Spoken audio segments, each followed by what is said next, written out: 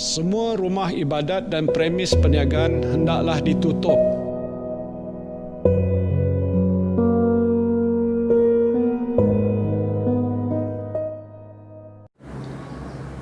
Bismillahirrahmanirrahim. Assalamualaikum warahmatullahi wabarakatuh.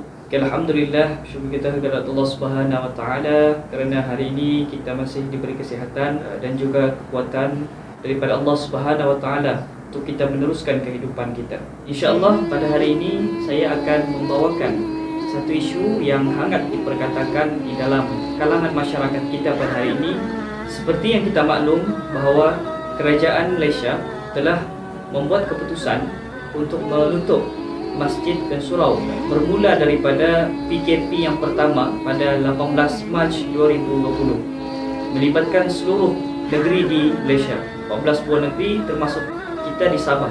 Penutupan ini adalah disebabkan oleh penularan wabak COVID-19 ataupun yang lebih dikenali sebagai coronavirus, yang mana ia dikesan seawal tahun 2019 di Wuhan, China. Jadi atas dasar itu, kerajaan telah mengambil keputusan untuk menutup semua tempat-tempat yang memungkinkan untuk jangkitan ini terus menular dalam kalangan masyarakat. Telah ramai yang terjangkit atas sebab daripada wabak ini, sehingga kan hari ini telah mencatatkan sebanyak 93.6 juta rakyat di seluruh dunia sudah terjangkit kesan daripada jangkitan coronavirus ini, dan juga telah melibatkan hampir 226 buah negara di seluruh dunia. WHO juga telah mengeluarkan pandangan bahawa coronavirus adalah satu-satunya penyakit yang mudah merebak dan sebagai pandemik, diiktiraf sebagai pandemik, iaitu penularan yang cepat jika tidak dikawal. Berbalik kepada isu penutupan masjid dan surau di seluruh Malaysia, kita lihat banyak pandangan sama ada negatif atau positif dalam kalangan masyarakat kita yang mengulas atau memberi pandangan berkenaan dengan penutupan masjid tersebut. Antaranya banyak yang menyokong dan juga ada juga yang menolak keputusan kerajaan ini. Jadi mari sama-sama kita bahas ataupun kita lihat sendiri apakah maslahah dan juga mafsadah berkenaan dengan penutupan masjid dan surau ini. Penutupan masjid dan surau di seluruh Malaysia ini adalah berdasarkan daripada keputusan Mesyuarat Muzakarah Fatwa Kebangsaan yang bersidang pada 15 Mac 2020. Selaras dengan itu juga, Kerajaan Negeri Sabah turut tidak ketinggalan untuk menguatkuasakan penutupan masjid dan surau di seluruh negeri Sabah. Kita lihat sendiri apakah maslahah. Yang pertamanya adalah maslahah yang utama adalah untuk menghindarkan daripada kemudaratan yang lebih besar berlaku dalam kalangan masyarakat. Ianya selaras dengan kaedah fiqh yang perlu kita ambil perhatian, iaitu dar'ul mafasid aula min jalbil masalih, iaitu mengelakkan kemudaratan yang lebih besar adalah utama berbanding mengambil kemaslahatan. Umat Islam perlu sedar bahawa mencegah kemungkaran itu ataupun kemudaratan itu adalah satu tuntutan dalam Islam, selaras dengan maqasid syariah yang 5, antaranya ialah hifzun nafs, iaitu menjaga jiwa daripada berlakunya kerosakan-kerosakan yang seterusnya akan mengancam kemaslahatan seseorang itu. Sekiranya seseorang itu dijangkiti atas sebab melakukan kemaslahatan bersolat di masjid, maka ia akan menjadikan keadaan itu lebih teruk kerana ia akan memudaratkan diri dan boleh membawa maut. Dalam Al-Quran juga menyebut wala tulqu biaidikum ila tahlukah, janganlah kamu mencampakkan diri kamu ke dalam kebinasaan. Maka dengan dalil itu jelas bahawa kita dilarang untuk memudaratkan ataupun mencampakkan diri kita ke dalam sesuatu kebinasaan. Masalah yang lain yang perlu kita perhatikan adalah keputusan ini adalah selaras dengan tuntutan di dalam Al-Quran, iaitu mentaati perintah ulul amri, ati'ullah wa ati'ur rasul wa uli amri minkum.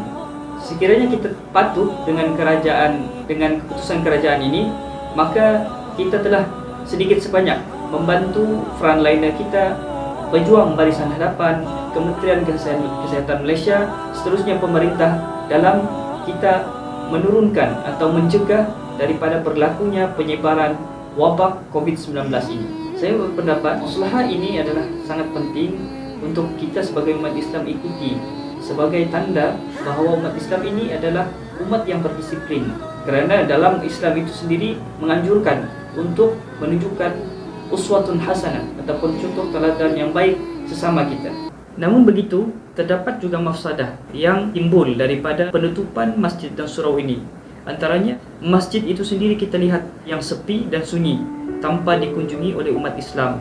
Secara tidak langsung, syiar Islam itu sendiri tidak terlihat akan keunggulannya di mata masyarakat. Ianya secara tidak langsung juga menyebabkan dana ataupun ekonomi masjid itu sendiri terjejas dalam meneruskan pengoperasian dan juga membiayai keperluan-keperluan masjid dari semasa ke semasa.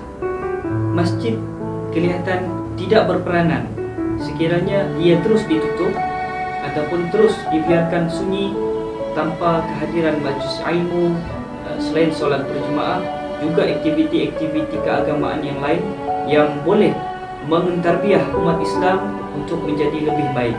Seterusnya, kurangnya silaturahim antara umat Islam bila mana masjid ini ditutup, ia akan menyebabkan umat Islam makin jauh antara satu sama lain. Sedangkan hakikat umat Islam itu sendiri adalah bersaudara. Innamal mu'minuna ikhwah. Sesungguhnya orang-orang mukmin itu adalah bersaudara.